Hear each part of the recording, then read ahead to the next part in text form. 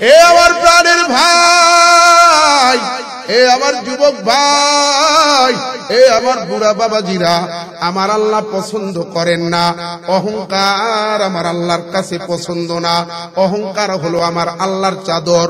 তুমি যত ক্ষমতাবান হও না কেন, যত টাকার মালিক হও না কেন, যত গাড়ি বাড়ির মালিক হও না কেন, যদি বিনয়ী হতে পারো, বিনয়ী একটা জিন্দেগি যদি গঠন করতে পারো, আমার আল্লাহ তাআলা তোমাকে দুনিয়ার থেকে ঈমানের সাথে জান্নাত দেখায়া কবুল করবে। আর যদি অহংকার করো, আর যদি অহংকারী হও, নমরুদের মতন, ফেরাউনের মতন, আবু জাহেলের মতন। আবু জাহেল কেমন অহংকারী ছিল! আবু জাহেল যখন মারা যায়, যখন দুই ভাই আবু জাহেলের গর্দানটা কাটে, আবু জাহেল কয়, তোরা ছোট্ট মানুষ, আমারে মারবি, আমার মান সম্মান থাকবে না। ভালো একটা যোদ্ধার হাতে যদি আমার খুন হইতো, আমার মান সম্মান থাকতো। তোদের মতন নাবালক ছেলেদের হাতে মরমু, আমার মান সম্মান যাবে। তবে তোদের কাছে একটা আবদার রে বাবা, শোন, আমাকে যখন হত্যা করবি, আমার গলাটা একটু বড় কইরা কাটবি, যাতে করে মানুষ দেখলে বোঝে এইটা একটা নেতার গলা। মইরা যায় তখনও আর অহংকার শেষ হয় না। বাংলাদেশ থেকে পলাইয়া ইন্ডিয়া গেছে, এখনো অহংকার শেষ হয় না। এখনো বাংলাদেশে হট কইরা ফুট কইরা ঢুইকা যাইতে চায়, এখনো মারামারি করতে চায়। এ আমার প্রাণের ভাই, আমার মালিক অহংকার পছন্দ করে না। নেক আমল কইরা যদি তুমি অহংকার করো, তোমার নেক আমল ধ্বংস হয়ে যাবে। গুনাহ কইরা যদি তুমি বিনয়ী হও, ওই নেককারের আগে তুমি জান্নাতে যাবা। হাদিসের ভিতর একটা ঘটনা পড়েছি। আল্লাহর একজন গুনাহগার বান্দা, আল্লাহর বান্দা সমুদ্রের পার দিয়া হাইটা যাইতে আছে। আকাশে প্রচন্ড রোদ। এইবার আল্লাহর বান্দা দেখে সামনে একজন বুজুর্গ বৈশা রইছে, যার মাথার উপরে আকাশের মেঘ আইসা ছায়া দিতে আছে। এইবার আল্লাহর বান্দা চিন্তা করে, ও আসমানের মালিক, আমার দিনে গুনাহ, আমার রাতে গুনাহ, আমার জিন্দেগিটা পুরাই গুনাহ, সারা জীবন গুনাহ করেছি। আয় আল্লাহ, কেমনে আমি তোমার সামনে দাঁড়াবো? আয় আল্লাহ, কেমনে আমি এই মুখ আমার নবীজিকে দেখাবো? ও দয়ার মালিক, ওই যে সামনে একটা তোমার নেককার বান্দা দেখা যায়, আমি তার পাশে বৈশা তার থেকে একটু বরকত নেব। ওই উসিলায় যদি তুমি আমাকে মাফ করো। গুনাহগার মানুষ এই চিন্তা কইরা ওই নেককারের পাশে যাইয়া বসছে মেঘের ছায়ার মধ্যে। বসার পরে এইবার নেককার ডেকে ডেকে বলে, ও গুনাহগার, আমার কাছ থেকে তুই দূর হইয়া যা। তুই জাহান্নামী, তুই গুনাহগার, তুই পাপী, তুই চোর, তুই খুনি। আমি একজন নেককার, একজন বুজুর্গ, আমার পাশে তোর কোনো জায়গা নাই। গুনাহগার দেখা তাকে ঘৃণা কইরা যখন তাড়াইয়া দিছে, এমন মুহূর্তে আল্লাহর ফরমান জারি হয়ে গেছে। আমার আল্লাহ ডেকে ডেকে বলতে আছে, এ আমার বান্দা শোনো, দুজনেই শোনো। এ আবার নেককার বান্দা তুমিও শোনো, আমার গুনাহগার বান্দা তুমিও শোনো। আমার নেককার বান্দা, তুমি তোমার নেক নিয়ে অহংকার করেছো, তোমার নেক নিয়ে তুমি অহংকার করেছো। এই জন্য আমি তোমার নেক আমল ধ্বংস করে দিলাম। আজকে থেকে তোমার নতুন জীবন শুরু হইল।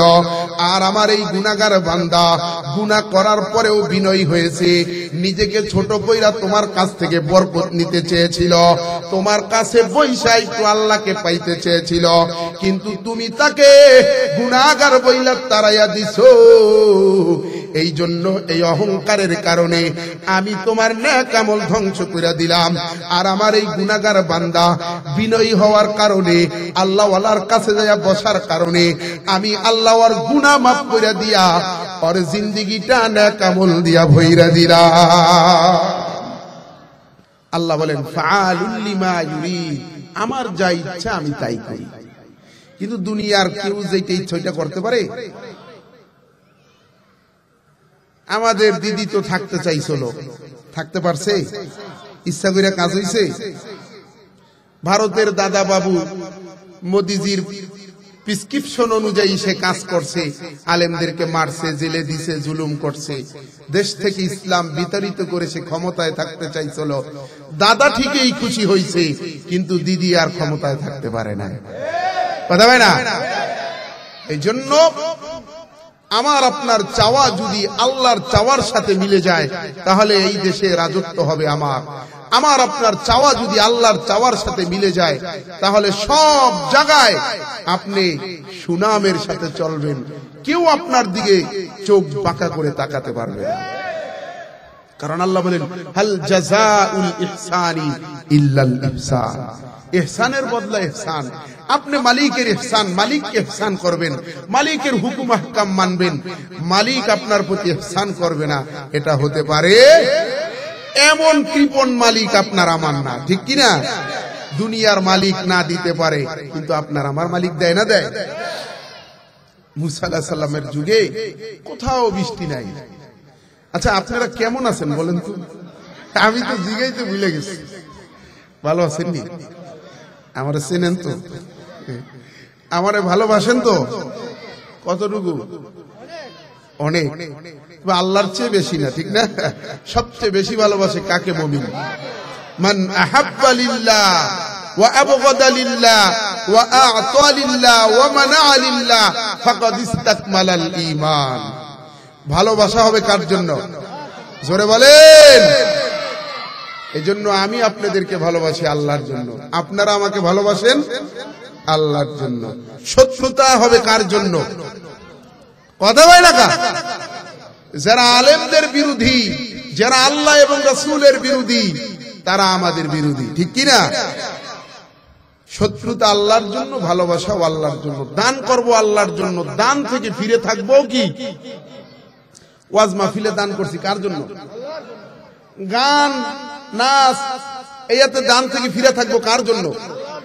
গান হইবে এক জায়গায়, নাচ হইবে, বলছে ভাই কিছু দেন, বলে না এখানে দেওয়া যাবে না, কারণ এখানে দিলে আল্লাহ নারাজ হবে, ঠিক কি না?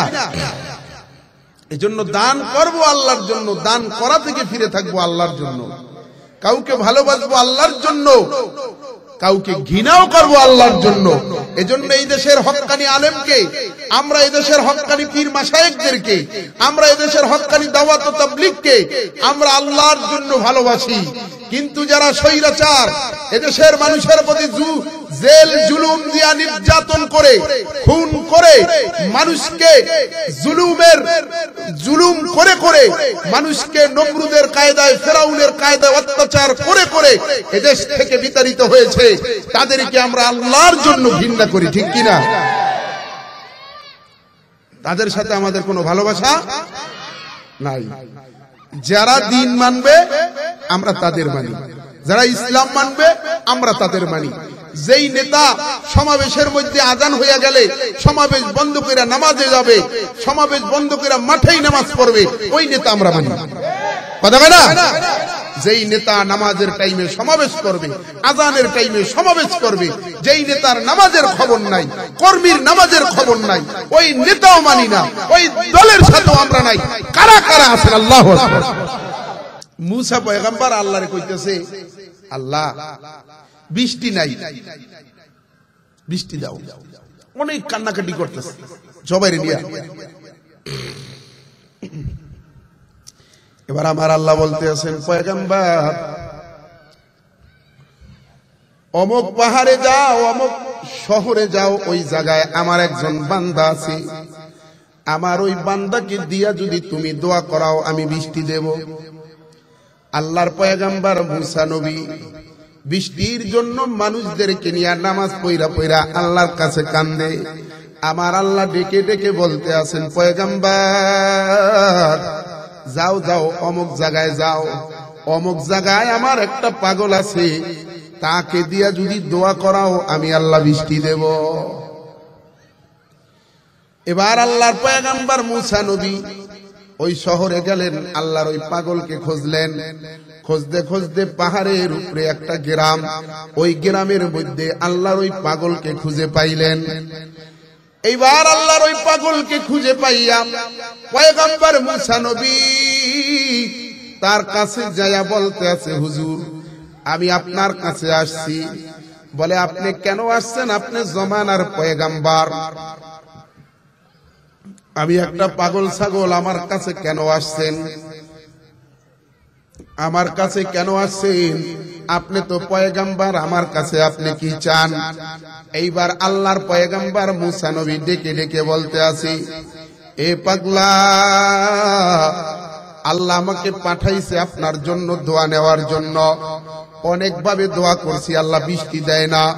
হাজার হাজার বনি ইসরাইল নিয়ে নামাজ পড়া পড়া দোয়া করছি, আল্লাহ বৃষ্টি দেয় না।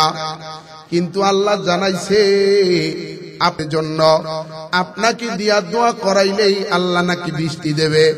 আপনি একটু দোয়া কইরা দেন, তাইলে বুঝি আল্লাহ বৃষ্টি দেবে।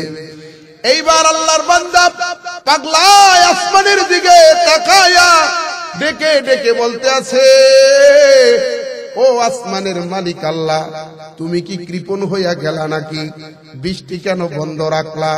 এই কৃপণগিরি তোমাকে কে শিখাইল? বলে একটা কথা জবান দিয়া বলছি, বলতে দেরি হইছে, জব জব কইরা বৃষ্টি নামতে দেরি হয় না। বৃষ্টি শুরু হয়ে গেছে। কথা বলছে একটা যে আল্লাহ, ও আল্লাহ, তুমি কি কৃপণ হইয়া গেলা নাকি? বৃষ্টি কেন দাও না?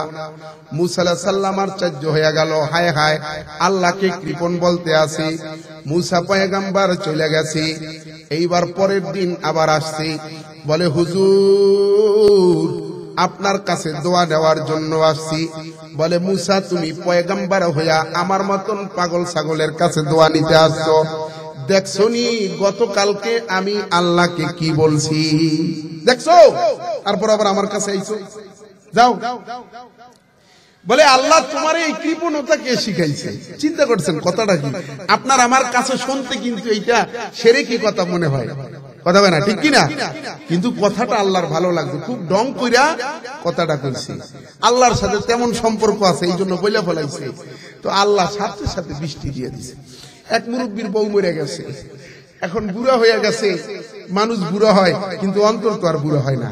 অন্তর একালে 16 বছরের যুবকের মতন ফুটফুট করতে আছে। বিয়ার লাগা পাগল, বিভিন্ন জায়গায় অল্প বয়সী মেয়ে দেখা বিভিন্ন বিয়ার প্রস্তাব করায়। কেউ মেয়ে দিতে চায় না, চুলদারি পাইকে গেছে, বুড়ো হয়ে গেছে, কে তারে মেয়ে দেবে? বিয়ার জন্য অনেক খোঁজাখুঁজি, মেয়ে আর পায় না। এবার একদিন দোয়া করতেছে, বলে আল্লাহ, একলা থাকা তোমার শান, আমি একলা থাইকা কি লাভ? আমাকে একলা রাইখা তোমার কি লাভ? সুবহানাল্লাহ। দোয়াটা করতেছি, শুনছেন? আল্লাহ, একলা থাকা তোমার শান, একলা থাকা তোমাকে বানায়, আমার মতন মানুষকে একলা রাইখা তোমার লাভ কি? আয় আল্লাহ, দেও না একটা জোড়া মিলাইয়া। বিয়ার জন্য দোয়া করতেছি, আয় আল্লাহ, একলা থাকা তোমার শান, এইটা আমার শান না, দেও না একটা জোড়া মিলাইয়া। বলে দোয়া করছে, কয়েকদিন পরে বিয়া হয়ে গেছে। বলে কথাটা এমন ঢং করে কইছে, আল্লাহ কবুল করে ফেলাইছে। সুবহানাল্লাহ। এজন্য ভাইরা আমার, বাবাজিরা আমার, যা বলতেছিলাম, আমাদের আল্লাহ কি কৃপণ? এজন্য আল্লাহ দিবেন, যা চাইবেন আল্লাহ দিবেন। আল্লাহ কাউকে ফিরায় না। এই দরবার ফেরার দরবার না, এখান থেকে কেউ কোনোদিন খালি ফেরে নাই। কিয়ামত পর্যন্ত কেউ ফেরবেও না। আল্লাহর কাছে না চাইয়া বান্দা যখন মানুষের কাছে চায়, তখন আল্লাহ রাগান্বিত হয়। আল্লাহ বলে, আমি কি দিতে অক্ষম? আল্লাহু গনিয়্যুন ওয়া আনতুমুল ফুকারা। দুনিয়ার সবাই ফকিন্নি, গরীব, সবাই ফকিরের পুত, একমাত্র ধনী হলো কে? একটা বাড়ি করে একবারে অহংকারে পাও মাটিতে পড়ে না, আছে না নাই? 2 তলা একটা বাড়ি করছে, এখন ফেরাউনের মতন ব্যবহার। একটু ব্যবসা বাণিজ্য করে টাকা পয়সা হইছে, একটা বাড়ি করছে। এখন এলাকার মানুষরে আর মানুষ মনে করে না, ইমাম রে ইমাম মনে করে না, মুয়াজ্জিন রে মুয়াজ্জিন মনে করে না। যার তার সাথে তুই তাঙ্কারি, যার তার সাথে দুর্ব্যবহার, আছে না নাই? অহংকার আমার আল্লাহ পছন্দ করে না। কতক্ষণ ছাগলে কি কয় জানেন? ছাগলে যে ডাকে, হ্যাঁ, কি কয়? এ কয় বে, এ কয় মে। ছাগলে কয় মে। মে মানি মে, মে মানে আমি, আমি। ছাগলে কি কয়? মে মে মানে আমি, আমি, আমিত্ব। আর ময়নায় কয় কি জানেন? ময়নায় কয় ময়না মানে আমি না। ময়না কি কয়? ময়না মানে আমি না, ময়না মানে আমি না, ময়নায় ময়না মনে করে ডাকে মানে আমি না। আল্লাহ বলে তুই নিজের আমিত্বকে দূর করে দিছস, এই জন্য আমি তোর জবানের ভিতর কথা দিয়া দিলাম। ময়না মানুষের মতন কথা কয় না কয়? আর ছাগলে কয় মে মে মানে আমি আমি। কয় তুই নিজে অহংকার করস, নিজেরে আমি আমি ভাবস, এই লেগে তোরে আমার বান্দাদের জন্য হালাল করে দিলাম, তুই ছুরির নিচে পড়বি। জবা দিয়া খাই না খাই? এরকম ফিরাউনের ইতিহাস আপনারা জানেন, নমরুদেরটাও জানেন। অহংকার আল্লাহ পছন্দ। নমরুদ কি কইছিল জানেন? হ্যাঁ, নমরুদরে আল্লাহ কেমনে মারছে জানেন? কেমনে মারছে নমরুদ রে? আরে দূর, মশা ঢুকছে নাকের ভিতর দিয়া, পরে কেমনে মারছে এটা কইতে এতক্ষণ লাগলো? জুতার এত দাম, এই জুতার কথা কইতারেন না। জুতার বাড়ি খায়া নমরুদ মরছে, আসলে জুতার বাড়ি খায় নাই। নতুন একটা তথ্য শুনেন, নমরুদের নাকের ভিতর দিয়া ল্যাংড়া একটা মশা ঢুকছে, ঢুইকে ভিতরে কামড়া কামড়ি শুরু করছে। এখন উজিরের কাছে বুদ্ধি চাইছে, এই উজির কি করা যায়? আমার মাথায় তো কামড়ে অস্থির করে ফেলাইতেছে, থাবর দে, টাক দে। যেই থাবর দেয় নমরুদের মাথার মধ্যে, ওই মশা কামড় বন্ধ রাখে। থাবর বন্ধ, আবার কামড় শুরু। থাবর দিলে কামড় বন্ধ, থাবর বন্ধ হইলে কামড় শুরু। এইবার যারাই থাবড়াইতে আনে, হ্যাঁ থাবড়াইতে থাবড়াইতে হাত ব্যথা হয়ে যায়। কতক্ষণ থাবড়াইবে? যাহাবো না, কেউ কিন্তু এত থাবড়াইতে পারে না। কি দেয়? জোরে দে। থাবর আসতে দেয় বাদশা মানুষকে, আসতে দিস না, জোরে দে। জোরে দিলে একটু কামড় দেয় না। কি দেয়? যাহাবো না। নমরুদে উজিরে কয় যারাই আনি সেই তো হরান হয়ে যাইতেছে থাবড়াইতে থাবড়াইতে, কি করা যায়? তুমি একটা বুদ্ধি বাইর করো। এবার জাহাপনা বলতে আছে একটা বুদ্ধি বাইর করো। এইবার উজির একটা বুদ্ধি বাইর করছে, বলে জাহাপনা আপনার কাছে প্রতিদিন হাজার হাজার মানুষ দেখা সাক্ষাৎ করতে আসে, এখন থেকে একটা আইন করে দেন, যেই ব্যক্তি আসবে সে আপনাকে সেলুট এবং সালামের পরিবর্তে একটা করে থাবর আর চটকানা দিয়া যাইবে। এইটাই হইল আজকে থেকে আইন। বলে সত্যি খুব সুন্দর বুদ্ধি, মানুষরা কি থাবড়াইতে থাবড়াইতে হরান হইয়া যায়। এই আইনটা ঘোষণা করে দাও। তামাম এলাকায় আইন ঘোষণা করে দিল। এইবার বাদশার সাথে যেই দেখা করতে আসে, সালাম এবং সেলুটের পরিবর্তে একটা করে থাবর নমরুদরে দিয়া যায়। সবাই খালি একটা করে থাবর দেয়। বলে আল্লাহ তাআলা নমরুদকে নিজে অহংকার করার জন্য, নিজে বরত্ব করার জন্য, অহমিকা করার জন্য বলেছিল আনা রব্বুকুমুল আলা, আমি মুসার খোদার চেয়েও বড়, ইব্রাহিমের খোদার চেয়েও বড়। নমরুদের আমলে দুনিয়াতে সবচেয়ে প্রথম টাওয়ার তৈরি হয়েছে নমরুদের আমলে। ওই আমল থেকেই টাওয়ার, নমরুদ টাওয়ার বানাইয়া তীর নিয়া টাওয়ারের উপরে যাইয়া বলে আমি ইব্রাহিমের খোদারে মাইরা ফেলাম। তীর উপরে সরছে, আমার আল্লাহ কয় জিব্রাইল যা, জলদি করে যা, ওই দেখ নমরুদ আমারে মারণের জন্য তীর মারছে, ওই তীরের মাথার মধ্যে একটু লাল রং লাগাই দিয়ায়। তীরের মাথায় একটু লাল রং লাগাই দিছে। তীর যখন উপরের থেকে ফিরে আসছে, এইবার নমরুদ খুশি, বলে ইব্রাহিমের খোদারে মাইরা ফেলাইছি। এ আমার প্রাণের ভাই, এ আমার যুবক ভাই, এ আমার বুড়া বাবাজিরা, আমার আল্লাহ পছন্দ করেন না অহংকার, আমার আল্লাহর কাছে পছন্দ না। অহংকার হলো আমার আল্লাহর চাদর। তুমি যত ক্ষমতাবান হও না কেন, যত টাকার মালিক হও না কেন, যত গাড়ি বাড়ির মালিক হও না কেন, যদি বিনয়ী হতে পারো, বিনয়ী একটা জিন্দেগি যদি গঠন করতে পারো, আমার আল্লাহ তাআলা তোমাকে দুনিয়ার থেকে ঈমানের সাথে জান্নাত দেখায়া কবুল করবে। আর যদি অহংকার করো, আর যদি অহংকারী হও, নমরুদের মতন, ফেরাউনের মতন, আবু জাহেলের মতন। আবু জাহেল কেমন অহংকারী ছিল!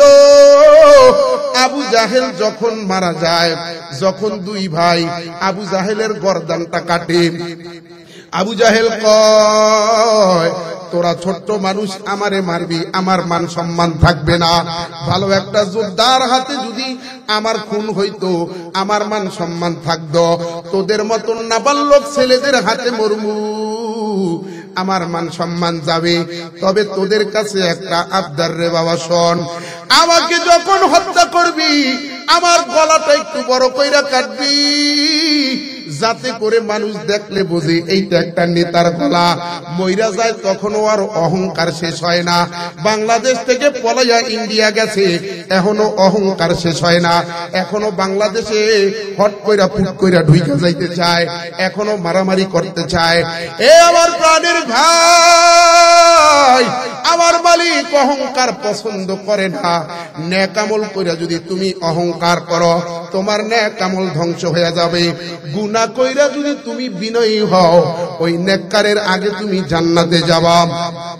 হাদিসের ভিতর একটা ঘটনা পড়েছি, আল্লাহর একজন গুনাহগার বান্দা, আল্লাহর বান্দা সমুদ্রের পার দিয়া হাইটা যাইতে আছে, আকাশে প্রচন্ড রোদ। এইবার আল্লাহর বান্দা দেখে সামনে একজন বুজুর্গ বৈশা রইছে, যার মাথার উপরে আকাশের মেঘ আইসা ছায়া দিতে আছে। এইবার আল্লাহর বান্দা চিন্তা করে, ও আসমানের মালিক, আমার দিনে গুনাহ, আমার রাতে গুনাহ, আমার জিন্দেগিটা পুরাই গুনাহ, সারা জীবন গুনাহ করেছি। আয় আল্লাহ, কেমনে আমি তোমার সামনে দাঁড়াবো? আয় আল্লাহ, কেমনে আমি এই মুখ আমার নবীজিকে দেখাবো? ও দয়ার মালিক, ওই যে সামনে একটা তোমার নেককার বান্দা দেখা যায়, আমি তার পাশে বৈশা তার থেকে একটু বরকত নেব। ওই উসিলায় যদি তুমি আমাকে মাফ করো। গুনাহগার মানুষ এই চিন্তা কইরা ওই নেককারের পাশে যাইয়া বসছে মেঘের ছায়ার মধ্যে। বসার পরে এইবার নেককার ডেকে ডেকে বলে, ও গুনাহগার, আমার কাছ থেকে তুই দূর হইয়া যা। তুই জাহান্নামী, তুই গুনাহগার, তুই পাপী, তুই চোর, তুই খুনি। আমি একজন নেককার, একজন বুজুর্গ, আমার পাশে তোর কোনো জায়গা নাই। গুনাহগার দেখা তাকে ঘৃণা কইরা যখন তাড়াইয়া দিছে, এমন মুহূর্তে আল্লাহর ফরমান জারি হয়ে গেছে। আমার আল্লাহ ডেকে ডেকে বলতে আছে, এ আমার বান্দা শোনো, দুজনেই শোনো। এ আবার নেককার বান্দা তুমিও শোনো, আমার গুনাহগার বান্দা তুমিও শোনো। আমার নেককার বান্দা, তুমি তোমার নেক নিয়ে অহংকার করেছো, তোমার নেক নিয়ে তুমি অহংকার করেছো, এই জন্য আমি তোমার নেক আমল ধ্বংস করে দিলাম। আজকে থেকে তোমার নতুন জীবন শুরু হইল। আর আমার এই গুনাহগার বান্দা গুনাহ করার পরেও বিনয়ী হয়েছে, নিজেকে ছোট কইরা তোমার কাছ থেকে বরকত নিতে চেয়েছিল, তোমার কাছে বৈশা একটু আল্লাহকে পাইতে চেয়েছিল, কিন্তু তুমি তাকে গুনাহগার বইলা তাড়াইয়া দিছো। এই জন্য এই অহংকারের কারণে আমি তোমার নেক আমল ধ্বংস করে দিলাম।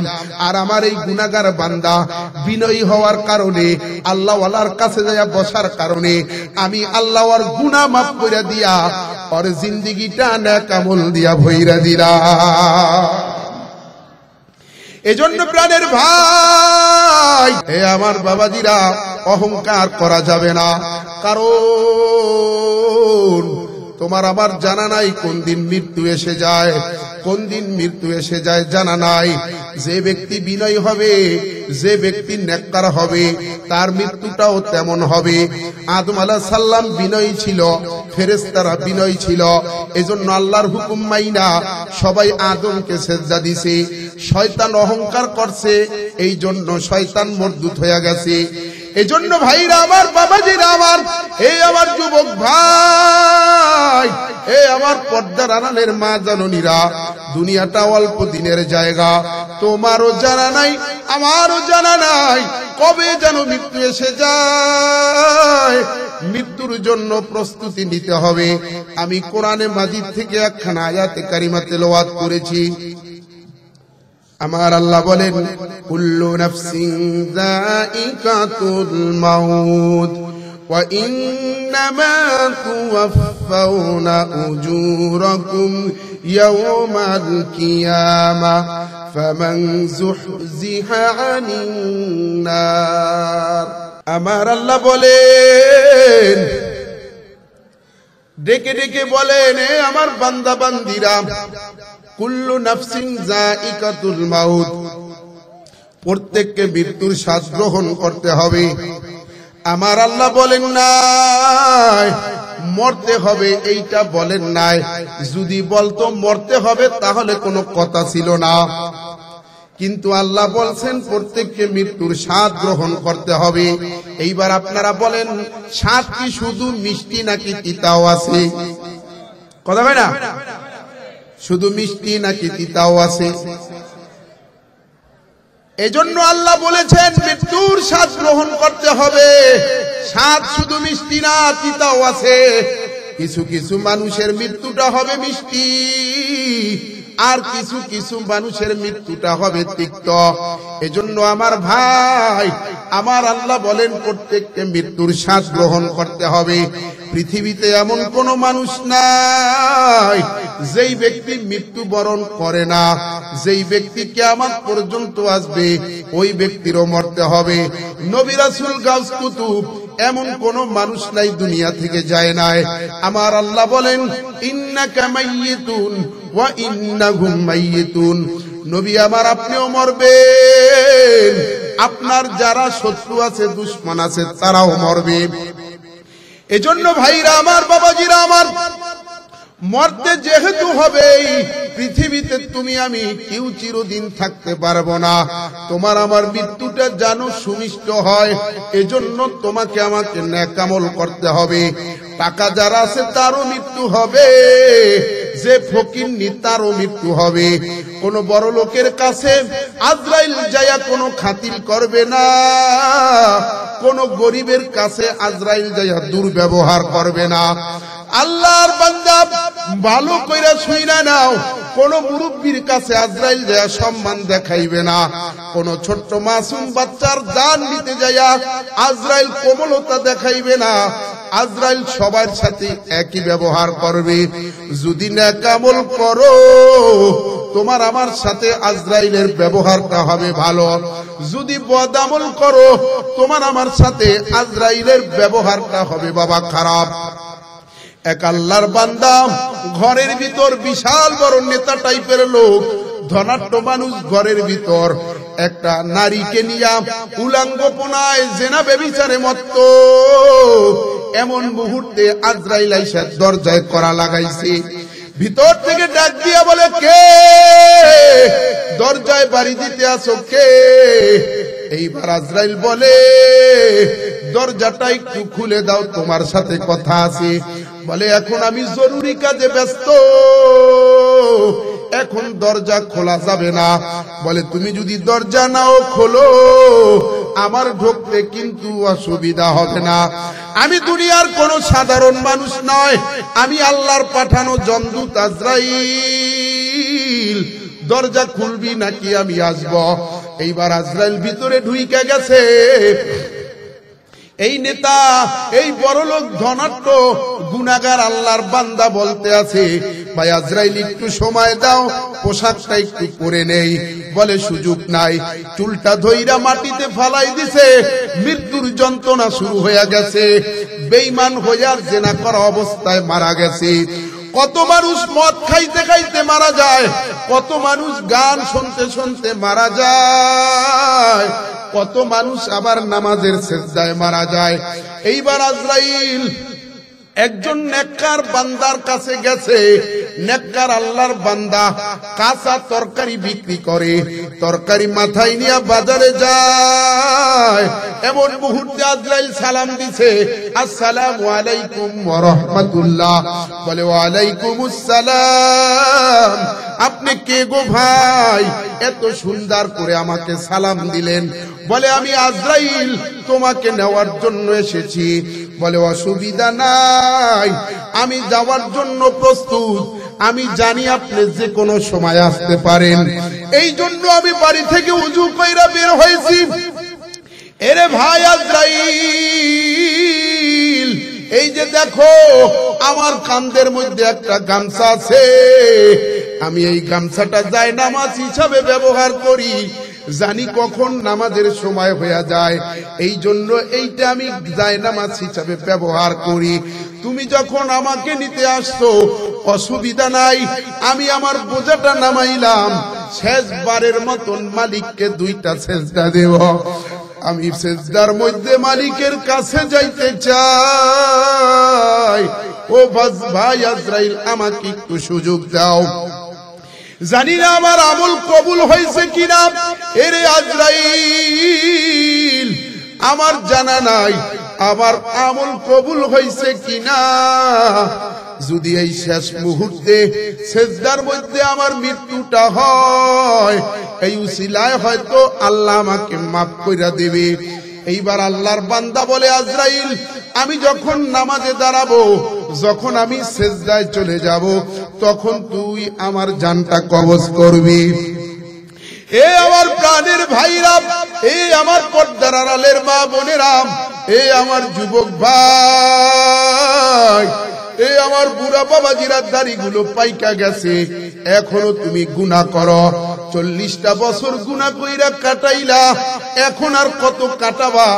এখন তোমার নেতাগিরি বাদ দাও, এখন তোমার জমিদারি বাদ দাও, এখন আল্লাহকে খুশি করার জন্য সেজদার ভিতর পইরা থাকো। একটা সময় মানুষ উন্মাদ থাকে, গুনাহ করে, উল্টা পাল্টা চলে, কিন্তু 40 বছর যখন হইয়া যায়, তখন মানুষের বিবেক বুদ্ধি হওয়া দরকার যে আর কত দাড়ি কাটবো, আমার দাড়ি তো পাইকা সাদা হইয়া গেছে, আর কত দাড়ি কাটবো, আমি তো সন্তানের বাবা হইয়া গেছি, আমি তো নাতি নাতকুরের দাদা নানা হইয়া গেছি, এখন আমি দাড়িটা রাইখা দিলাম, এখন 5 ওয়াক্ত নামাজ পড়ব। এই জন্য ভাইরা আমার, বাবাজিরা আমার, এই আমার পর্দার আড়ালের মাগো, তুমিও মহিলা হযরতে ফাতেমা খাদিজাও মহিলা। ওই ইন্ডিয়ার একটা ঘটনা কিতাবে পড়েছি, হযরতে আশরাফ আলী থানভী রাহমাতুল্লাহ আলাইহি তার কিতাবের ভিতরে লেখেন, হযরতে আশরাফ আলী থানভী লেখেন, একজন কৃষক চকে গেছে কাজ করার জন্য। এর দিনে আমরা দেখতাম আমাদের মা বাবা, আমাদের আত্মীয় স্বজন, বাচ্চা চারা গামছা একটা কাঁধে রাখতো, মাজায় রাখতো, চকে যাইতো, যদি নামাজের সময় হইতো আইলের মধ্যে দাঁড়াইয়া নামাজ পড়ত। কিন্তু আজকের যুগের মুসলমান মসজিদের সামনে দিয়া ঘোরে, মসজিদের সামনে বাড়ি, তারপরও নামাজ পড়ে না। আজকের যুগের মুসলমান মসজিদের মার্কেটে দোকানদারি করে, তারপরও নামাজ পড়ে না। মসজিদের সভাপতি সেক্রেটারি মুতাওয়াল্লি হয়, তারপরও নামাজ পড়ে না। এই জন্য আমার প্রাণের ভাই, এ আমার মা জাননী, জীবনে অনেক নামাজ কাজা করছো, আজকে তওবা করে নাও, জীবনে আর কোনোদিন নামাজ ছাড়বা না। আল্লাহর বান্দা কৃষি কাজ করার জন্য চকে গেছে, ওই ইন্ডিয়ার জমিনের ঘটনা। এইবার যাওয়ার পরে আল্লাহর বান্দা কাজ করতে করতে আজান হইয়া গেছে, এইবার নামাজ কোথায় পড়বে? ভালো একটা জায়গা খুঁজতে আছে নামাজ পড়ার জন্য। হঠাৎ দেখে সামনে একটা বাগান, আল্লাহর বান্দা ওই বাগানের ভিতর নামাজ পড়তে চলে গেছে, গামছাটা বিছাইয়া নামাজ দাঁড়াই গেছে। আসলে এই বাগানটা ছিল একটা কবরস্থান, আল্লাহর বান্দা নিজেও জানতো না। এইবার আল্লাহর বান্দা যখন নামাজে দাঁড়াইছে, নামাজে দাঁড়াইয়া যখন রুকু কইরা সিজদার মধ্যে চলিয়া গেছে, এইবার পড়তে আছে সুবহান রাব্বিয়াল আলা, সুবহান রাব্বিয়াল আলা। এমন মুহূর্তে আল্লাহর বান্দা শুনে কবরের ভিতর মাটির নিচ থেকে আওয়াজ আসতে আছে, একটা মহিলা কণ্ঠ কে যেন বলতে আছে, আমি কবরে জীবিত, আমাকে কবর থেকে বের কইরা নাও। আল্লাহর বান্দা 4 রাকাত নামাজ শেষ করলো, প্রত্যেক নামাজে সিজদায় যায়, আর আল্লাহর বান্দা কানে শুনতে পায় কে যেন কবরের ভিতর থেকে মহিলা কণ্ঠ আওয়াজ দেয়, আমি কবরে জীবিত, আমাকে বের করে নাও। এইবার আল্লাহর বান্দা নামাজ শেষ কইরাম দৌড়াইয়া মহল্লায় চলে গেছে। যায়া সবাইকে খবর দিছে অমুক জায়গায় অমুক কবরে একটা মহিলা কণ্ঠ পাওয়া যায়, জীবিত মানুষ আছে। এলাকার সব মানুষ যায়া কবরটা খুঁড়ছে। এইবার কবরের মুদ্দার ডেকে ডেকে বলতে আছে, আমি কবরে উলাঙ্গ, আমাকে একটা কাপড় দাও। এইবার আল্লাহর বান্দিকে একটা কাপড় দেওয়া হলো। আল্লাহর বান্দি কাপড়টা পইরা মাথাটারে মুখটারে ঢাইকা এক দৌড় দিয়া বাড়িতে চলে গেছে। বাড়িতে যাইয়া ঘরের ভিতর যাইয়া মুখ খোলে না, মা ডেকে ডেকে বলতে আছে, ওরে বেটি, তুই এতদিন পরে, এত বছর পরে কবর থেকে ফিরে আসছো, তোমার মুখটা একটু খোলো দেখি, তোমাকে কেমন দেখা যায়। এইবার আল্লাহর বান্দি ডেকে বলে, মাগো, আমাকে দেখা তুমি সহ্য করতে পারবা না। বলে, না বেটি, খোল দেখি একটু কেমন দেখা যায়। আল্লাহর বান্দি এইবার চেহারা থেকে কাপড়টা উঠাইছে। উঠানোর পরে দেখা যায় আল্লাহর বান্দির মাথাটা ফাটা, মাথার চারাটা এইভাবে নিচে ঝুইলা চামড়ার সাথে বাইজা রইছে। মগজটা দেখা যায়, চেহারার এই ঠোঁটটা দাঁতটা নিচে নাভির কাছে ঝুইলা রইছে, আর চেহারার মধ্যে কোনো মাংস নাই। চোখ দুইটা বাইরাই রইছে। মানুষজন এইগুলান দেখা যে যেদিকে পারছে দৌড়াইছে, কেউ বেহুশ হইয়া পইরা গেছে। এইবার আল্লাহর বান্দির মা ডেকে বলে, বেটি, কারণটা কি, তোমার এই অবস্থা কেন? বলে, ওগো মা, দুনিয়াতে বেপরদায় চলছি, চুল বাইর কইরা চলছি, ঠোঁটের মধ্যে লিপস্টিক দিয়া পর পুরুষকে দেখাইছি, এই জন্য আল্লাহ আমাকে এই শাস্তি দিছে। এই কথা বইলা আল্লাহর বান্দি আবার দৌড় দিয়া যায়া কবরের ভিতর ঢুইকা গেছে। এজন্য আমার ভাই, এরে যুবক ভাই, এ আমার পর্দার আড়ালের মা জননীরা, এ আমার বুড়া বাবাজিরা, দুনিয়াটা বাবা কিছুই না। আমার আল্লাহ বলেন, ওয়া ইন্নামা তুওয়াফাউনা উজুরাকুম ইয়াউমাল কিয়ামা, দুনিয়াতে যা করছো কিয়ামতের ময়দানে সব তুমি দেখতে পাবা, সব তোমার সামনে পেশ করা হবে, সব তোমাকে দেখানো হবে। নন্দলালপুরে রাতের গভীরে কি করেছো, রাতের অন্ধকারে কোন নারীর উপরে হামলা করছো, কার ইজ্জত নষ্ট করছো, কোথায় চুরি করছো, দুনিয়ার কেউ না দেখলে আমার আল্লাহ দেখেন। আমার আল্লাহ বলেন, লা তাখুযুহু সিনাতু ওয়ালা নাউম, ও বান্দা বান্দি, আমার ঘুম নাই, ঘুমের তন্দ্রাও নাই, সবাই ঘুমায়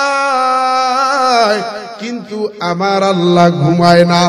এজন্য আমার ভাই, এ যুবক ভাই, কোথায় গুনাহ করো কেউ দেখে না, কিন্তু আমার আল্লাহ দেখে। এ ভাইরা আমার, বাবাজিরা আমার, তোমার আমার প্রত্যেকের মৃত্যু হবে। মরণ থেকে আমরা কেউ পালাতে পারবো না। টাকা দিয়া মৃত্যু থেকে বাঁচা যাবে না। যেই ব্যক্তির টাকা লক্ষ কোটি কোটি, চিকিৎসার জন্য ইন্ডিয়ায় যায়, চিকিৎসার জন্য সিঙ্গাপুরে যায়, সেও কিন্তু মারা যায়। টাকা দিয়া সব কিছু পাওয়া যায় না, কিছু কিছু স্বাদ আল্লাহ পূর্ণ হয়, টাকা দিয়া সব কিছু পূর্ণ হয় না। টাকা দিয়া সাদা চুল কলম দিয়া কালো করা যায়, কিন্তু কালো চুল আর ফিরা পাওয়া যায় না। টাকা দিয়া দামি কোম্পানির ঔষধ খাওয়া যায়, কিন্তু টাকা দিয়া সুস্থতা পাওয়া যায় না। টাকা দিয়া দামি কোম্পানির লোশন সোনো মাখা যায়, কিন্তু টাকা দিয়া কেউ কোনোদিন সৌন্দর্য কিনতে পারে না। এই জন্য যার টাকা আছে সেও মারা যাবে, যার টাকা নাই সেও মারা যাবে। এই জন্য মৃত্যুটা কিভাবে হবে চিন্তা করে দেখো ভাইরা আমার। এই জন্য মৃত্যু কিভাবে হবে আমাদের কারো জানা আছে? কতক্ষণ গ্যারান্টি আছে? সব কিছুর গ্যারান্টি আছে, মৃত্যুর আছে। যেই ব্যক্তি একটা বাড়ি বানাইছে, ইঞ্জিনিয়ার বাড়ি বানাইয়া বলছে এটা 90 বছরের গ্যারান্টি, কিচ্ছু হবে না। যে ব্যক্তি একটা জুতা বানাইছে, কোম্পানি বলে দিছে এটা 6 মাসের গ্যারান্টি। একটা মাইক বানাইয়া কোম্পানি বলে দিছে এটা 1 বছরের গ্যারান্টি। তা আপনাকে আমাকে সৃষ্টি করেছেন, তিনি আপনাকে আমাকে বানাইয়া বলে দিছে বান্দা তোর কোনো গ্যারান্টি فإذا جاء أجلهم لا يستأخرون ساعة ولا يستقدمون যখন সময় হয়ে যাবে মৃত্যুর, 1 সেকেন্ড 1 মিনিটও ওদিকে দিক করা হবে না, সাথে সাথে জানটা নিয়ে যাবে। এজন্য কখন আর নেক আমল করবেন, কখন নেক আমল করবেন, এখন করবেন না কখন করবেন বলেন। এজন্য আমি আপনাদের পায়ে হাত রেখে বলবো, গুনাহ আপনার যতই হোক না কেন, মালিকের অফুরন্ত নিয়ামত, অফুরন্ত রহমতের কাছে আপনার আমার গুনাহ কিছুই না। সমুদ্রের পানির চেয়েও যদি গুনাহ বেশি হয়, পাহাড়ের চেয়েও যদি বেশি হয়, আসমান জমিনের চেয়েও যদি বেশি হয়, তাম দুনিয়ায় যত গাছ আছে সমস্ত গাছের পাতার চেয়েও যদি আপনার গুনাহ বেশি হয়, যত বৃষ্টি দুনিয়ায় পড়েছে কিয়ামত পর্যন্ত যত বৃষ্টির ফোঁটা দুনিয়ায় পড়বে, এই ফোঁটার চেয়েও যদি আপনার গুনাহ বেশি হয়, আমার আল্লাহ বলেন লা তাকনাতু মির রাহমাতিল্লাহ, বান্দা নৈরাশ হইস না, তোর গুনাহ যদি এর চেয়েও বেশি হয়, আমার রহমত তার চেয়েও বেশি। আমি আল্লাহকে আল্লাহ বলে ডাক দিতে দেরি হবে, আমি মাফ করতে দেরি হবে না। ডাকও দেওয়া লাগবে না, শুধু আফসোস করবেন যে আল্লাহ মনে মনে, হায়রে আমি এই গুনাহটা কেন করলাম, আমার দ্বারা এমন একটা গুনাহ হয়ে গেছে, একটু পেরেশান হবেন, একটু আফসোস করবেন, তাতেই আল্লাহ মাফ করে দেবেন। এজন্য ভাই বলেন তো দেখি, আমাদের কোনো গ্যারান্টি আছে? কথা কয় না? পয়গম্বর মুসা আলাইহিস সালামের যুগে আফলাতুন নামে এক লোক ছিল, যিনি সর্বপ্রথম ঔষধ আবিষ্কার করছে। এই আফলাতুন আল্লাহর সাথে চ্যালেঞ্জ দিছে যে আল্লাহ তোমার আজরাইল আমারে খুঁজে পাবে না, আমি এমন আবিষ্কার করব। কি আবিষ্কার করছে? আফলাতুন নিজের মতন আরো 18টা আফলাতুন বানাইছে, বানাইয়া এক লাইনে রাইখা দিছে, আর আফলাতুন ওই লাইনের ভিতর দাঁড়াই গেছে। মোট হইল 19টা আফলাতুন। এমন মুহূর্তে আজরাইল চলে আসছে, আজরাইল খোঁজে, এরে আসল আফলাতুন গেল কই? সবই একই আফলাতুন। এখন আজরাইল কয়, রে আফলাতুন তুই অনেক অনেক অনেক বড় বোকা। এখন যেটা আসল ওইটা কয়, কেন ভাই কি করছিস? কয় এইটাই তুই ভুল করছিস। কোনটা? কই 18টা কথা কইতে না, তুই কইতারস, এটাই তোর ভুল। সাথে সাথে নিয়ে গেছে। বলে কেউ কোনো আবিষ্কার দিয়া, কোনো টাকা দিয়া, পয়সা দিয়া, কিচ্ছু দিয়া বাঁচা যাবে? দুনিয়ার নেতা, ওসি, এসি, ডিসি, ওসিরা তো ঘুষ খায়, জেল থেকে জুলুম থেকে বাঁচা যায়, আজরাইল খাইবে নি? যে 1 মিলিয়ন, কয়েক মিলিয়ন দিয়ে দিলাম ভাই আমার একটু সুযোগ দে, কোন কাজ হবে? এজন্য মরতে যেহেতু হবে, ঈমান নিয়া নেক আমল করে মরবো ইনশাআল্লাহ। গুনাহ করব না, নামাজ ছাড়ব না, গুনাহ করব না, নেক আমল ছাড়ব না। কারা কারা রাজি আছে হাত জায়গায় দেখান, আল্লাহ কবুল করুক। সবাই হাত নামান। আজকে 2025 সালের কয় তারিখ? 17 তারিখ, মানে 17 দিন শেষ হয়ে গেছে। 2024 সাল চলে গেছে। 2024 সালটা অনেক গুনাহ কইরা যুবক কাটাইছ, এইবার নিয়ত করো জীবনে এই আগামী 2025 সাল 17 দিন বাদে আর যত দিন আছে এই দিনগুলো আমি আর গুনাহ করব না। এই 2025 সালের একটা ফজরও আমি ছাড়ব না, 2025 সালের একটা জোহরও আমি ছাড়ব না, 2025 সালের একটা আসরও আমি ছাড়ব না, 2025 সালের একটা মাগরিব এশাও আমি ছাড়ব না। কারা কারা পারবা মালিককে হাত দেখাইয়া দাও। হাত নামান, আল্লাহ কবুল করে নাও। এজন্য ভাইরা আমার, বাবাজিরা আমার, মরণ যেহেতু হবে, তুমিও মরবা আমিও মরব। মরণের আগে ঈমানটাকে মজবুত কইরা, আমলটাকে মজবুত কইরা তারপর কবরে যাব। আমার আল্লাহ বলেন ওয়া'বুদু রাব্বাকা হাত্তা ইয়াতিয়াকাল ইয়াকিন। আমার আল্লাহ বলেন বান্দা বান্দি ইবাদত করবা কতদিন জানোনি? মৃত্যু আসবে না যতদিন, ইবাদত হবে ততদিন। মৃত্যুর আগ মুহূর্ত পর্যন্ত ইবাদত করতে হবে। কিন্তু আমাদের দেশের যুবকেরা, আমাদের দেশের বুড়ারা, যত বুড়া হয় তত শয়তানি তার বাইরে যায়। আমাদের দেশের যুবকরা, আমাদের দেশের বুড়ারা যত বয়স বাড়ে ইবাদতের থেকে পিছায়া, বয়স বাড়ে মজা মাস্তি বাড়ে, সম্পদ বাড়ে মজা মাস্তি বাড়ে, কিন্তু মালিকের শুকরিয়া বাড়ে না। সম্পদ কে বাড়াইলো তারে চেল্লা না, হায়াত কে দিল তারে চেল্লা না। যুবক ও আল্লাহর গোলাম, এই যৌবন কে দিল?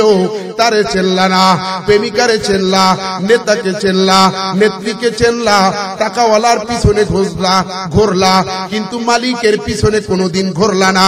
মসজিদটা চেল্লা না, মাদ্রাসা চেল্লা না, আলেম ওলামাদের সাথে তোমার সম্পর্ক নাই, দুনিয়ার টাকাওয়ালার সাথে তোমার সম্পর্ক। নেতাকে সময় দেওয়ার সময় তোমার হয়, মসজিদে সময় দেওয়ার সময় তোমার নাই, নেত্রীকে সময় দেওয়ার সময় তোমার হয়, প্রেমিকাকে সময় দেওয়ার সময় তোমার হয়, ফজরের নামাজের সময় তোমার হয় না, রাত 3টা পর্যন্ত কথা বলার সময় তোমার হয়, ফজরের নামাজ পড়ে ঘুমানোর সময় তোমার হয় না। এরে যুবক, আল্লাহর গোলাম শুনে নাও, তোমার চেয়ে বড় হতভাগা, তোমার চেয়ে বড় জালেম দুনিয়াতে আর কেউ নাই। যে বানাইলো তারে চেল্লা না, যে পাঠাইলো তারে চেল্লা না। কেন পাঠাইলো, কি জন্য পাঠাইলো? দুনিয়া তো আসছো উলাঙ্গ, যাবাও উলাঙ্গ, যাবাও উলাঙ্গ। তোমার আমার জানাজার নামাজের আজান হইয়া গেছে, জানোনি কেন জানাজার নামাজে কেন আজান নাই? এইটা জানোনি? শুনে নাও, জানাজার নামাজের আজান তোমার জন্মের পরেই হইয়া যায়, একামাত হইয়া যায়। তোমার জন্মের পরে তোমার ডান কানে আজান দেওয়া হয়েছে, বাম কানে একামাত দেওয়া হয়েছে, এর মানে তোমার জানাজার আজান একামাত হইয়া গেছে। এখন শুধু জামাতে দাঁড়ানো বাকি। এই সময়টুর জন্য দুনিয়াতে আইছ। এজন্য আমার ভাই, এই আমার মা জানুনিরা, আর বেপরদায় চইল না, আর মুখে লিপস্টিক লাগাইয়া চুল খুলা রাস্তায় হাইটো না, মানুষকে জেনার গুনায় লিপ্ত করিও না। এ আমার যুবক ভাই, আর নামাজ ছাইরো না, জানা নাই কার কবে মৃত্যু এসে যায়। এই যে দেখো আমি যুবক, আমার দাড়ি পাইকে গেছে, চুল পাইকে গেছে, জানা নাই কোন দিন মৃত্যু আইসা যায়। এই দুনিয়ায় যতই তুমি থাকতে চাও, দুনিয়া কিন্তু বাবা তোমাকে রাখবে না। দুনিয়া তোমার লাশটাকে পচাইয়া গলাইয়া দেবে, মাটির সাথে তুমি মিশা যাবা। তোমার ভুল হইল মাটি, আবার তুমি মাটির ভিতরে চইলা যাবা। এই জন্য মাটির মতন বিনয় হও। মাটি দেখবা অনেক বিনয়। মাটিকে আমরা পাড়াই, মাটিকে আমরা পিটাই, মাটিকে আমরা কোপাই, মাটি ক্যারেন দিয়ে আমরা খুঁড়ি, তারপর মাটি আমাদেরকে কিছু বলে না। বলে কেন? বলে মাটি হলো বিনয়ী। যেহেতু আমাদেরকে আল্লাহ মাটি দিয়ে বানাইছে, এজন্য তোমাকে আমাকেও বিনয়ী হতে হবে রে বাবা। এই জন্য মসজিদে যাও, এই জন্য জিকিরের মজলিসে যাও, চরমনার ময়দানে যাও, এই জন্য তাবলীগের ইজতেমার ময়দানে যাও, যদি আল্লাহকে পাইতে চাও। এ আমার ভাই, এ আমার পর্দার আড়ালের মা জানুনিরা, কেন পারবা না, কেন পারবা না? হযরতে ফাতেমা রাদিয়াল্লাহু তাআলা আনহা রাতে 2 রাকাত নামাজ পড়ে পড়ে সারা রাত কাটাইয়া দিছে। এইবার সকাল বেলায় যখন আজান হইয়া গেছে, এইবার ফাতেমা অভিযোগের সুরে মালিককে বলতে আছে, মালিক তোমার রাত এত ছোট, আমি ফাতেমা 2 রাকাত নামাজও শেষ করতে পারি নাই। 2 রাকাত নামাজে সারা রাত শেষ করছে। আর আমাদের ঘরের মা বোনেরা নামাজ পড়বে তো দূরের কথা, সারা রাত মোবাইলে কাটায়। আমাদের যুবক সারা রাত মোবাইলে কাটায়, আর নবী কন্যা ফাতেমা সারা রাত নামাজের ভিতর কাটায়। সারা রাত নামাজে কাটানোর পরেও আমার নবী ফাতেমাকে ডেকে ডেকে বলে, ইয়া ফাতেমা তু আনকিদি নফসাকি মিনান নার, এ ফাতেমা নিজেকে জাহান্নামের আগুন থেকে বাঁচাইয়া তারপর কবরে যাইও। ফাতেমা দুনিয়া থেকে সমস্ত মহিলাদের জান্নাতের সরদারিনী হইয়া কবরে গেছে। সেই ফাতেমাকে যদি আল্লাহর নবী জাহান্নামের আগুন থেকে বাঁচতে চায়, বাঁচতে বলে, তোমার আমার কি অবস্থা হবে? এ আমার মা জননী, ফাতেমার মতন জিন্দেগি গঠন করো, হযরতে খাদিজার মতন জিন্দেগি গঠন করো। এত আমল কইরাও তারা কোনোদিন কান্না ছাড়ে নাই। এত আমল করার পরেও তাদের চোখে শুধু পানি আর পানি। আল্লাহ আমাকে মাফ করবেনি। সারা রাত নামাজে কাটানোর পরেও কান্না আর কান্না, আল্লাহ আমাকে মাফ করবেনি। উম্মাহাতুল মুমিনিন খাদিজাতুল কুবরা রাদিয়াল্লাহু তাআলা আনহা কাঁদে আর কাঁদে।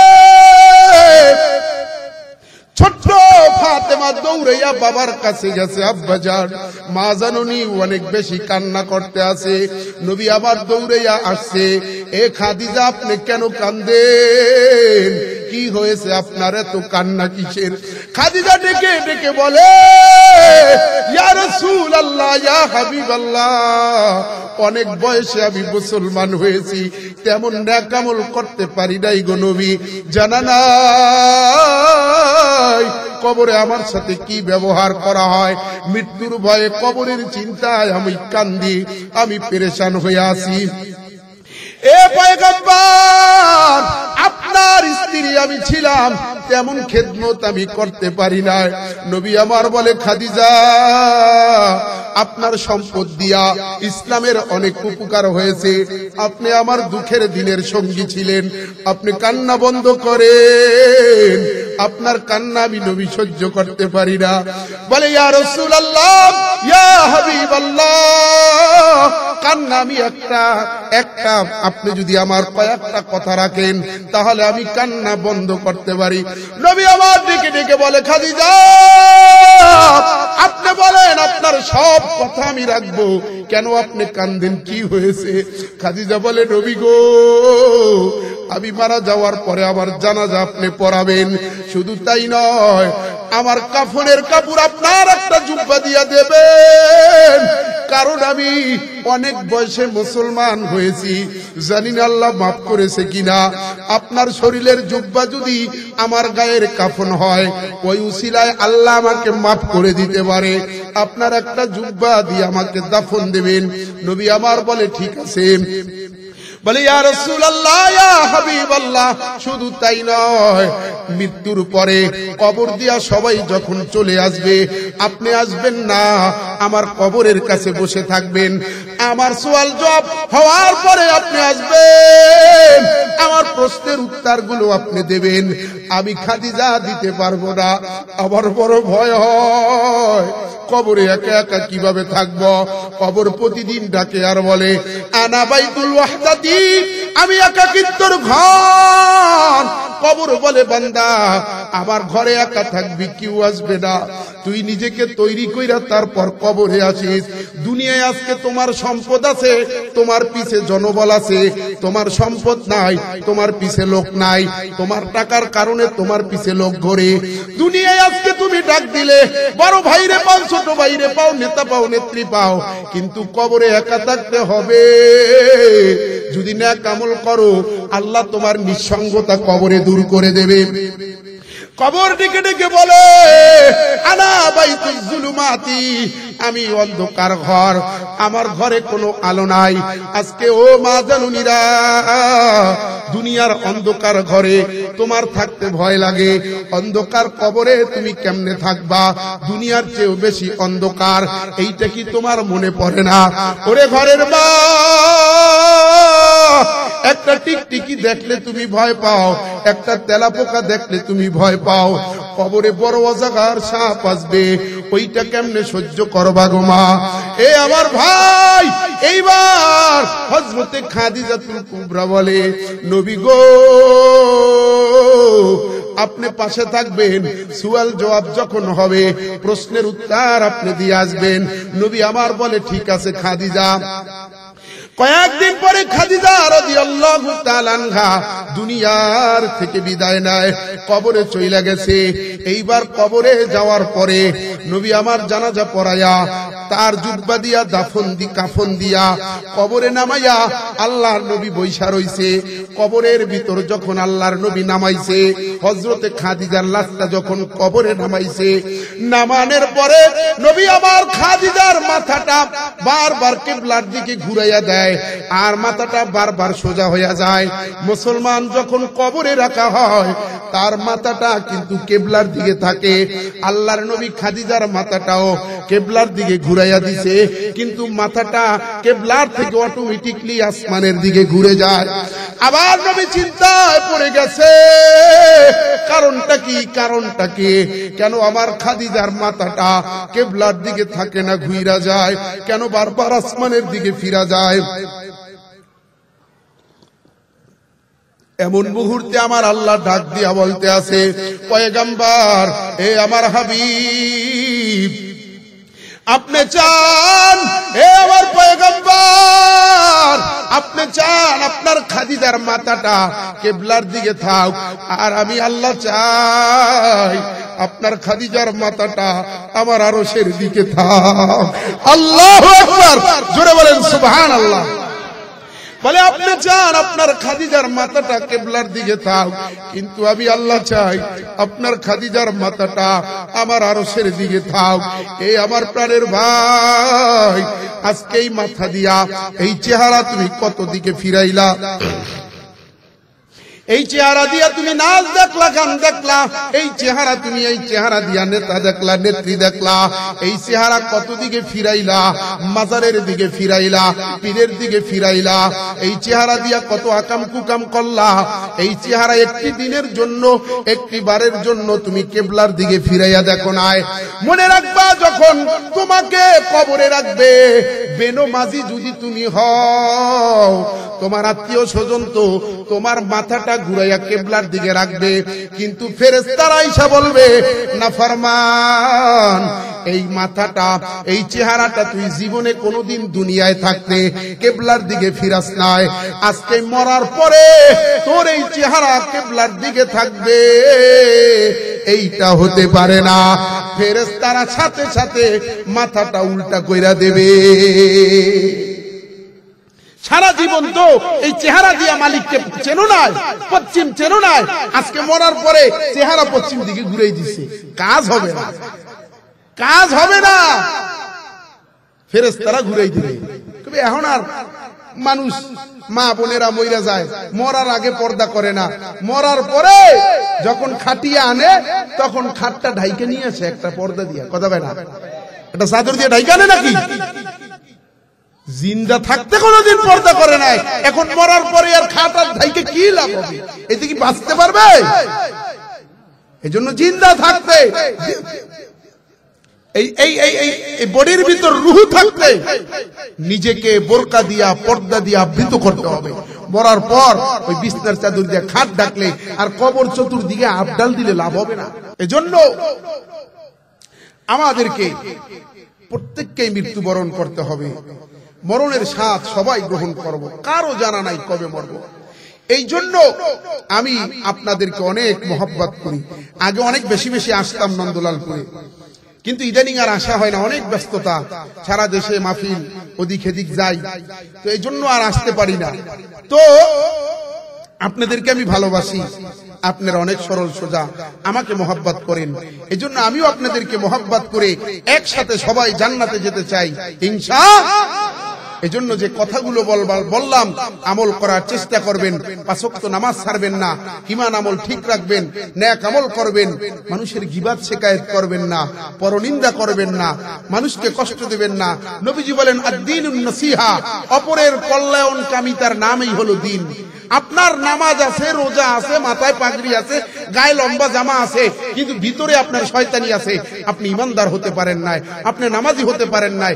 কারণ যার ভিতর অপরের কল্যাণকামিতা নাই, যে মানুষকে পিটাইতে পারে, যে আলেমদেরকে মারতে পারে, সে কোনোদিন ইমানদার হতে পারে না। এজন্য আপনার প্রতিবেশীর কল্যাণও যদি আপনার ভিতর চিন্তা না থাকে, আপনার ওই হাজিগিরি গাজিগিরি দিয়ে আপনি বাঁচতে পারবেন না। যত মক্কা মদিনায় যাইয়া উমরা করেন আর ইতিকাফ করেন, যদি অপরের কল্যাণ আপনার দিলের ভিতর না থাকে, কোনো কিছুতে কাজ হবে না। আল্লাহর রাসূল বলেছেন, আদ-দীনুন নসিহা, অপরের ভালো চাওয়া, অপরের কল্যাণকামিতার নামই হলো কি? দ্বীন। দ্বীন। যার ভিতর অপরের কল্যাণকামিতা নাই, তার ভিতর দ্বীন নাই, সে বেদীন, বেঈমান।